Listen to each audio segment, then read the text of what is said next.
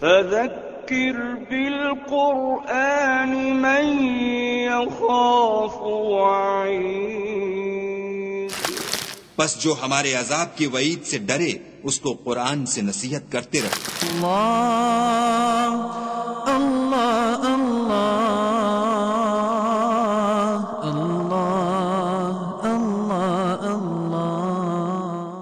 اعوذ باللہ من الشیطان الرجیم، بسم اللہ الرحمن الرحیم۔ ان اللہ یدخل الذین آمنوا وعملوا الصالحات جنات تجری من تحتها الانہار یحلون فیہا من اساور من ذهب ولؤلؤا ولباسهم فیہا حریر۔ بے شک اللہ تعالیٰ داخل فرمائے گا ایسے باغات میں جن کے نیچے نہریں بہتی ہوں گی ان لوگوں کو جو ایمان لائیں گے اور اچھے عمل کریں گے۔ یحلون فیہا من اساور من ذہب، وہاں انہیں سونے کے گردن پہنائے جائیں گے، ولؤلؤا اور موتی، ولباسهم فیہا حریر اور ان کا لباس ریشم کا ہوگا۔ جنت کی اصل حقیقت وہ تو اسی کو معلوم ہوگی کہ وہ کیا ہے۔ جیسے نبی اکرم صلی اللہ علیہ وسلم نے ارشاد فرمایا کہ جنت کی نعمتوں کو لا اذن سمعت، نہ کسی کان نے سنا، ولا عین رأت، نہ کسی آنکھ نے دیکھا، ولا خطر علی قلب البشر، اور نہ ہی ان کا کوئی صحیح امپریشن کسی کے دل میں آیا یا آئے گا جب تک ہم دیکھ رہے ہیں۔ اب یہاں جو قرآن مجید کی ڈسکرپشن ہے، باغات ہیں جن کے نیچے نہریں بہتی ہیں اور سونے کے کنگن اور ریشم کے لباس، ان سب چیزوں کی اصل حقیقت تو اس کو کھلے گی کہ جب اللہ تعالیٰ ہمیں وہاں لے جائے اور جنت میں داخلے کا سرٹیفکیٹ ہمیں عطا فرما دے۔ لیکن قرآن مجید میں ان نعمتوں کے بیان کا جو مقصد سمجھ میں آتا ہے وہ ایک لفظ پیدا کرنا، پرسویشن پیدا کرنا ہے قرآن مجید کے ماننے والے ایمان والوں کے دلوں میں۔ لیکن بہت سی چیزیں تو وہ ہیں کہ جو بڑی آسانی سے سمجھ میں آتی ہیں کہ ہاں وہ ہماری دلچسپی کی چیزیں ہیں، لیکن بعض چیزیں وہ ہیں کہ جو اپیرنٹلی کوئی دلچسپی کی چیزیں محسوس نہیں ہوتی۔ مثلاً سونے کے کنگن پہننا، ریشمی لباس پہننا اور موتیوں کے ہار پہننا، ایک عام انسان کی خواہشات کے اندر یہ شامل نہیں ہے۔ شاید ہم میں سے ہر شخص اگر اپنا جائزہ لے تو وہ محسوس نہیں کرے گا کہ اس کے اندر کوئی سونے کے کنگن پہننے کی خواہش ہے یا کوئی موتیوں کے ہار پہننے کا کوئی شوق اس کے ہے یا ریشمی لباس پہننے کا کوئی شوق ہے۔ لیکن اگر ہم غور کریں تو وہ جو شاہانہ لباس جس کی تصویریں ہم دیکھتے ہیں، مغل بادشاہ ہیں اور جو یورپین لارڈز ہیں ان کی اگر آپ تصویریں دیکھیں تو وہ تقریباً یہی تصویر بنتی ہے کہ ان کا موٹے ریشم کا لباس اور کنگن اور ہار انہوں نے پہن رکھے ہیں۔ جب انسان ان تصویروں کی طرف دیکھتا ہے تو ایک خواہش پیدا ہوتی ہے کہ کیا دور ہے، یعنی کوئی ایسی خواہش، کوئی ایسی نفس جو انسان کے دل میں پیدا ہو، اہل ایمان کو اللہ تعالیٰ اس سے محروم نہیں رکھے گا۔ یعنی اگر ایک دفعہ اسے خیال آیا ہے کہ کبھی ہم بھی اس طرح ٹاک کے ساتھ بیٹھے، ہماری بھی یہ شان و شوکت ہو، تو اللہ تعالیٰ انہیں اس سے بھی محروم نہیں کرے گا اور وہ شان و شوکت بھی انہیں عطا فرمائے گا۔ واللہ اعلم۔ جیسے کہ میں نے عرض کیا کہ ان کی اصل حقیقت تو وہاں جا کے کھلے گی، لیکن بہرحال جو فوری طور پر میرے ذہن میں آیا کہ ہاں، یعنی میں نے اگر اپنے گریبان میں جھانکا کہ جب وہ تصویریں کبھی دیکھتے تھے تو ایک خواہش پیدا ہوتی تھی کہ یہ کیا دور ہے، تو وہ دور جو ہے اللہ تعالیٰ وہ بھی شاید دکھا دے گا اہل ایمان کو جنت کے اندر۔ اللہ عالم۔ وَهُدُوا إِلَى الطَّيِّبِ مِنَ الْقَوْلِ، اور اللہ تعالیٰ انہیں پاکیزہ کلام کی رہنمائی فرمائے گا۔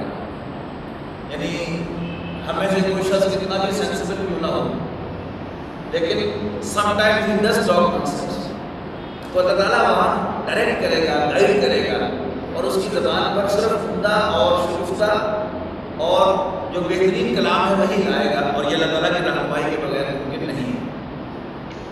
وَهُدُوا إِلَىٰ صِرَاطِ الْحَمِيدِ، اور اللہ تعالیٰ انہیں ڈائریکٹ کرے گا ہم والے اللہ تعالیٰ کے راستے کی۔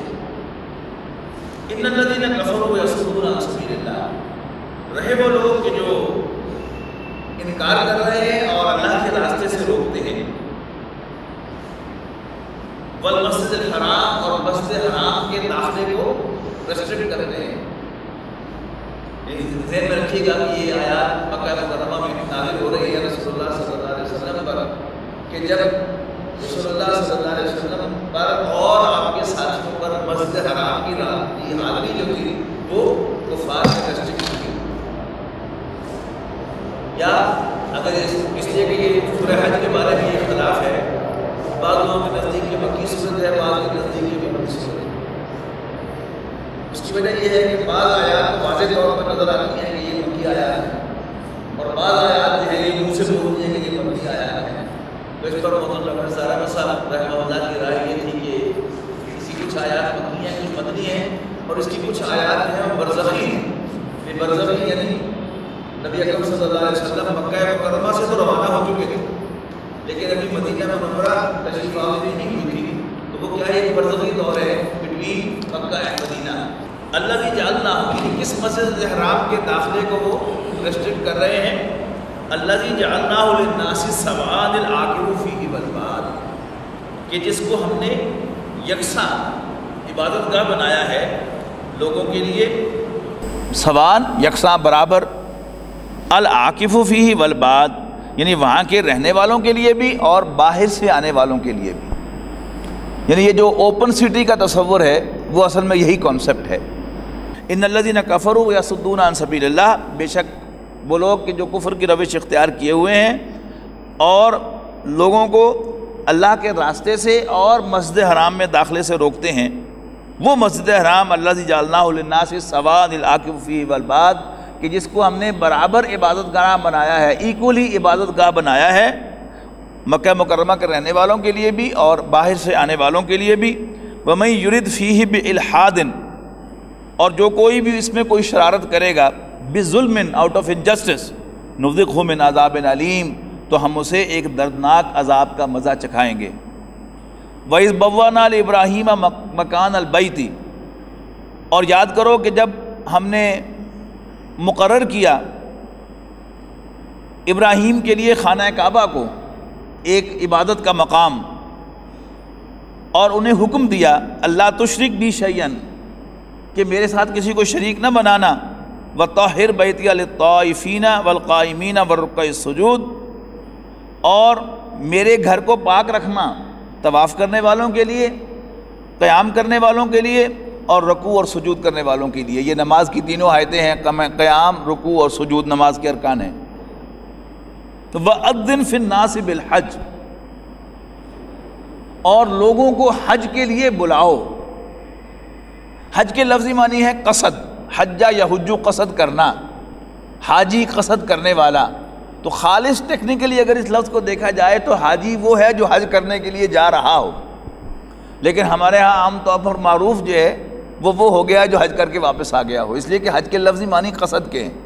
تو خانہ کعبہ کا قصد تو کر رہا ہوتا ہے وہ جاتے ہوئے، یعنی واپسی پر تو وہ فارغ ہو کے آ چکا ہوتا ہے، لیکن بہرحال وَأَذِّن فِي النَّاسِ بِالْحَجِّ، اور لوگوں کو ندا دو حج کے لیے، یعنی خانہ کعبہ کو وزٹ کرنے کا قصد کرنے کے لیے، یا تو کا وہ آئیں گے تجھے رسپونڈ کرتے ہوئے، رجالن پیدل، وعلی کل دامرن، اور دبلے پتلے اونٹوں پر، یاتینا من کل فج عمیق، اور دور دراز راستوں سے، کھائیوں میں سے چلتے ہوئے وہ چلے آئیں گے۔ یعنی سعودی عرب کا اگر آپ یعنی جو جغرافیائی ماحول ہے اس کو دیکھیں کہ پہاڑ ہے اور کھائیاں ہیں، کہ کوئی شخص بھی پلین روڈ تو اب جو آپ کو ملتی ہے وہ جب قرآن مجید نازل ہو رہا تھا اس وقت یہ پلین روڈز نہیں تھی، تو پہاڑوں کے اوپر سے یا پہاڑوں کے بیچوں سے بیچوں بیچ کراس کرتے ہوئے ہی مکہ مکرمہ تک پہنچنا ممکن تھا۔ لِيَشْهَدُوا مَنَافِعَ لَهُمْ، تاکہ شاہدہ یشہدو کے معنی ہے موجود ہونا، حاضر ہونا، یہ غائب کا الٹ ہے. یعنی نماز جنازہ کو اگر آپ ذہن میں لائیں تو اس کی جو مشہور دعا ہے اس میں یہ دونوں ایک دوسرے کے کنٹراسٹ میں آتے ہیں. اللہم اغفر لی حینا و میتنا، یا اللہ ہم میں سے جو زندہ ہیں انہیں بخش دے اور جو فوت ہو چکے ہیں انہیں بخش دے. و شاہدنا و غائبنا، اور جو ہم میں سے یہاں موجود ہیں انہیں بخش دے اور جو یہاں موجود نہیں ہیں انہیں بخش دے. یعنی حاضر کو بھی بخش دے، غیر حاضر کو بھی بخش دے. تو یہاں کیا ہے؟ لیشہدوا، تاکہ وہ حاضر ہوں، منافع لہم، اپنی بینیفٹ کی جگہوں پر. یعنی ریلیجس بینیفٹ جو ہے وہ خانہ کعبہ اور اس کے قرب و جوار میں میکسیمم ہے، تو اس کو منافع کہا گیا ہے تاکہ وہ وزٹ کریں، تاکہ وہ حاضر ہوں. منافع لہم، اپنے منافع کی جگہوں پر. وَيَذْكُرُ اسْمَ اللَّهِ فِي أَيَّامٍ مَعْلُومَاتٍ، اور جانے پہچانے دنوں میں وہ اللہ کا نام پکاریں، اللہ کو یاد کریں. کس پر؟ عَلَىٰ مَا رَزَقَهُم مِّن بَهِیمَةِ الْأَنْعَامِ، ان چوپایوں پر، ان جانوروں پر کہ جو اللہ نے انہیں عطا کیے ہیں. یعنی خاص طور پر ذکر کیا گیا ہے کس بات کا؟ یعنی حج کے موقع پر قربانی کرتے ہوئے جو بسم اللہ اللہ اکبر کہیں، یہ سارا اس کا ذکر ہے. یعنی حضرت ابراہیم علیہ السلام کو حکم دیا گیا کہ وہ لوگوں کو حج کے لیے بلائیں، تو کیا ہوگا؟ لوگ ان کی آواز کو رسپونڈ کرتے ہوئے دبلے پتلے اونٹوں پر بھی چلے آئیں گے. ان دبلے پتلے سے یہاں مراد کیا ہے کہ جب ایک اونٹ لمبا سفر کر کے آئے گا تو اس کی چربی جو ہے وہ ساری کنزیوم ہو جائے گی نا اندر سے، اس کے اندر تو وہ ریزروز ہیں، اور جب تک وہ خانہ کعبہ تک پہنچے گا تو اسے وہ ریگولر خوراک تو ملے گی نہیں، تو دبلا پتلا ہو کر یہاں پہنچے گا. یعنی دور دراز سے آنے کے معنوں میں یہاں استعمال ہوا ہے. اور آگے آ کے کیا کرے گا؟ لیشہدوا منافعہم، دو باتیں فرمائیں کہ وہ اپنے منافع کی جگہوں کو پر حاضری دیں اور ان جانوروں پر جو اللہ نے انہیں عطا کیے ہیں اللہ کا نام پکاریں، یعنی ان پر تکبیر پڑھیں. فَكُلُوا مِنْهَا، پھر کھاؤ خود بھی اس میں سے. وَأَطْعِمُوا الْبَائِسَ الْفَقِيرَ، اور اس میں سے کھلاؤ فقیر اور درماندہ حال کو بھی. ثُمَّ لْيَقْضُوا تَفَثَهُمْ، اور پھر چاہیے کہ وہ اپنا میل کچیل دھو لیں.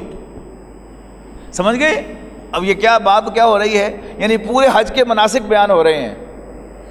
یعنی قربانی کرنے کے بعد کیا ہوتا ہے؟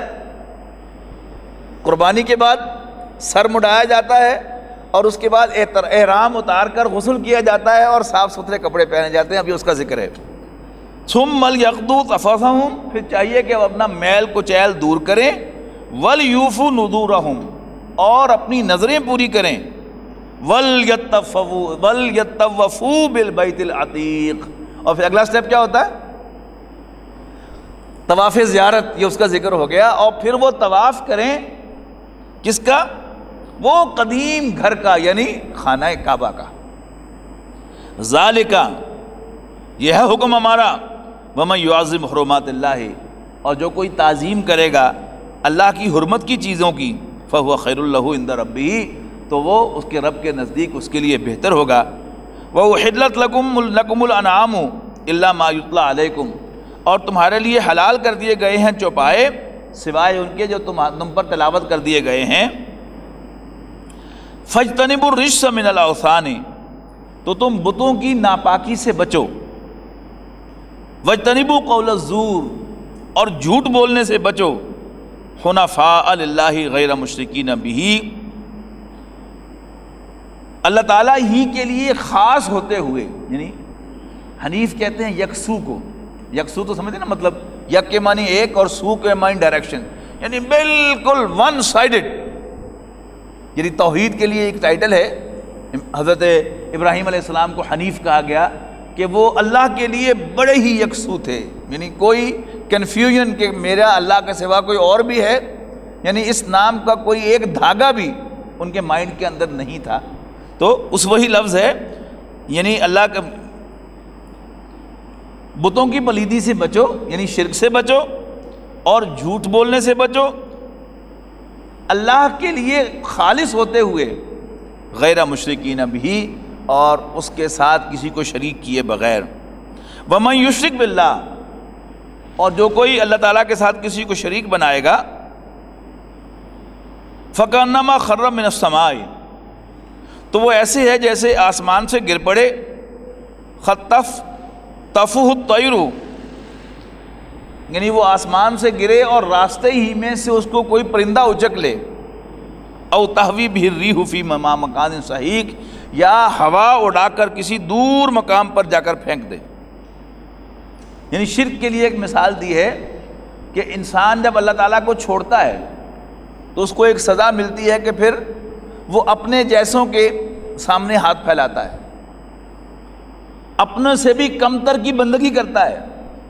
یعنی بتوں کی بندگی کیا ہے؟ انسان کا مقام دیکھیے اور بت کا مقام دیکھیے، وہ ایک فزیکل آبجیکٹ ہے کہ جو اپنی مرضی سے یہاں بھی موو نہیں کر سکتا، لیکن جب انسان اللہ تعالیٰ کی بندگی کو چھوڑ دیتا ہے تو پھر وہاں سے تو گر گیا، اب راستے میں اس کو کوئی بھی اچک کے لے جا سکتا ہے، لیکن جب انسان اللہ تعالیٰ کے ساتھ بندھا ہوا ہوتا ہے، اللہ تعالیٰ کے ساتھ اپنے آپ کو خالص کرتا ہے، تو پھر یہ ایک سجدہ جسے تو گراں سمجھتا ہے 1000 سجدے سے دیتا ہے آدمی کو نجات۔